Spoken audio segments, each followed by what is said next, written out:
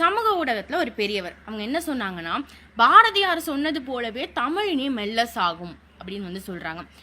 பாரதியார் தமிழை போற்றுறவங்க எப்படி தமிழ் இனி மெல்ல சாகும் அப்படின்னு சொல்லுவாங்க. நம்ம வெறும் அந்த வரியை மட்டும் பார்க்கக்கூடாது, அதுக்கு முன்னாடி உள்ள வரி, அதுக்கு பின்னாடி உள்ள வரி எல்லாத்தையுமே சேர்த்து படிக்கணும். பாரதியார் என்ன சொல்றாங்கன்னா, ஒரு கூறத்தகாதவன் என்ன சொல்றான்னா, தமிழ் இனி மெல்ல சாகும் அப்படின்னு ஒரு பேதைனா முட்டாள். அந்த பேதையை சொல்றான், எனக்கு ரொம்ப மனசு கஷ்டமா இருக்கு, என்னன்னு போய் விசாரிங்க அப்படின்னு பாரதியார் சொல்றாங்க. நம்ம பேதை சொல்றான் அப்படிங்கிறதையும் விட்டாச்சு, கூறத்தகாதவன் அப்படிங்கிறதையும் விட்டாச்சு, எனக்கு மனசு கஷ்டமா இருக்கு, இந்த மாதிரி எல்லாத்தையுமே விட்டுட்டு வெறுமனே பாரதியாரே சொல்லிட்டாங்க தமிழ் இனி மெல்ல சாகும் அப்படின்னு நம்ம சொல்லிக்கிட்டு இருக்கோம். 3000 ஆண்டுகளுக்கு மேல வாழ்ந்த ஒரு மொழி எப்படி சாகும்?